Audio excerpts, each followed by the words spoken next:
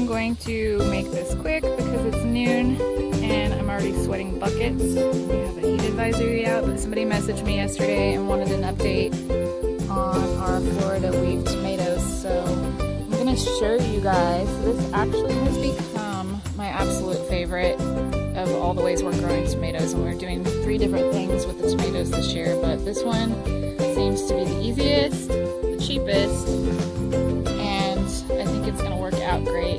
I have not been suckering much. I have not been even really pruning much other than keeping the leaves off the ground. And as you can see here, about every Sunday I come out and put another level of the leaf. There's plenty of YouTube videos to show how to do that, but it is really simple. So all we did was pay for 1, 2, 3, 4, 5 T-posts for this whole row of 50 feet. So I kind of fan everything out so that it's getting air, and I haven't had any problems at all with this row except for a couple of tomato worms on our potato leaf tomatoes.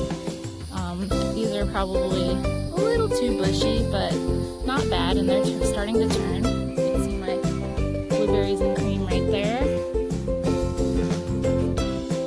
Some of them grow a little faster than others, so I kind of try and wait until we have several going up over the top before I come through, but it's been pretty much on the dot once a week that I come through and do another row, and it takes me probably 10-15 minutes, and then after I tie it off tightly, I go around and remove any dead looking leaves or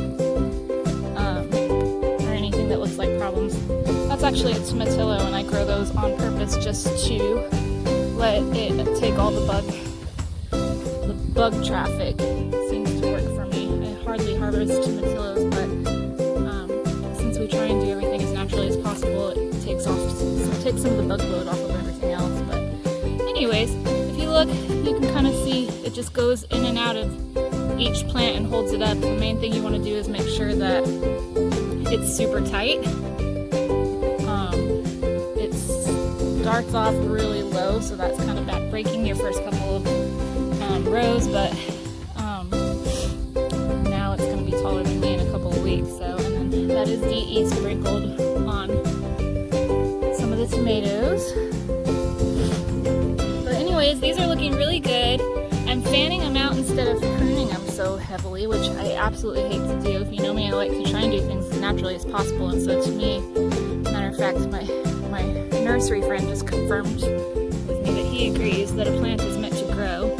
So the last 2 years I've been trying the lower and lean system, and that one's broken. I'm gonna have to come fix that. But I wasn't loving it because I feel like I'm butchering the plants, and I seem to still, even this year, be getting way less tomatoes off of that system.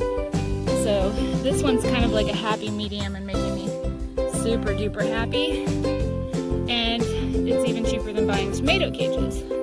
But I will go over and show you my big hugel culture bed next, and we are doing lower and lean on them probably for the last time this year.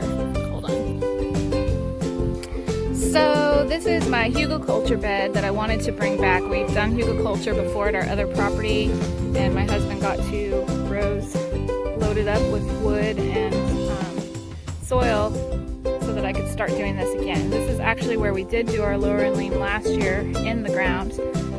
One thing I've learned about growing in the ground in Oklahoma is it floods everything every single year pretty much, and I'm just over it. So we built this up, and I started using the lower and lean just because it was already here, but I'm already hating it again for the 3rd year in a row, and even still not pruning nearly as much as I have in the past, but just trying to keep all the leaves up off the ground. But I do think these are struggling, one because we've had hail and windstorms a lot, but also I think these 3 actually got hit by aphids pretty hard, but they weren't doing that great anyways because I think that the 3 at each end didn't really get enough soil. But then also, what's really cool is I haven't had much bug problems due to the fact that I've been putting basil in between each one. We have some confusion going. Really, the grasshoppers are the only problem. But we have things like tiger melon growing in with the basils and herbs. I have some cucumbers growing on this hill. And aside from pulling up weeds from the sides of it, we actually take about 3 5-gallon buckets of weeds each day to the pigs and the rabbits. So a little bit of weeds works for us. But anyways, I'm sure I'm going to enjoy this hugelkultur bed, but I'm not going to continue with the lower and lean for the tomatoes after this year. It's just too much butchering of the plant for very few tomatoes comparatively to the Florida weave and just growing naturally, which is what I'm going to show you next.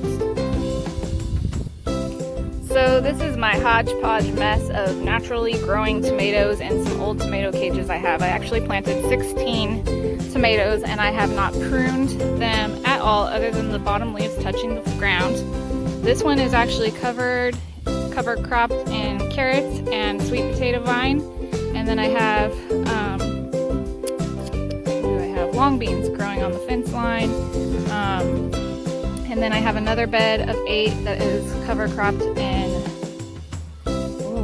arugula, and the arugula seems to really be helping with the bug confusion. But what's very interesting to me is my gramps used to say that tomatoes were not meant to be pruned, and so I have not pruned these at all other than the lower leaves, and these are the first ones that we've been harvesting cherry tomatoes off of. And when people tell you that they need to have airflow, it kind of makes me laugh because all of the cherry tomatoes that we're getting ripe are in the centers of the densest of these plants. So I don't know that I'm not going to ever stop just doing a few tomatoes in a natural way.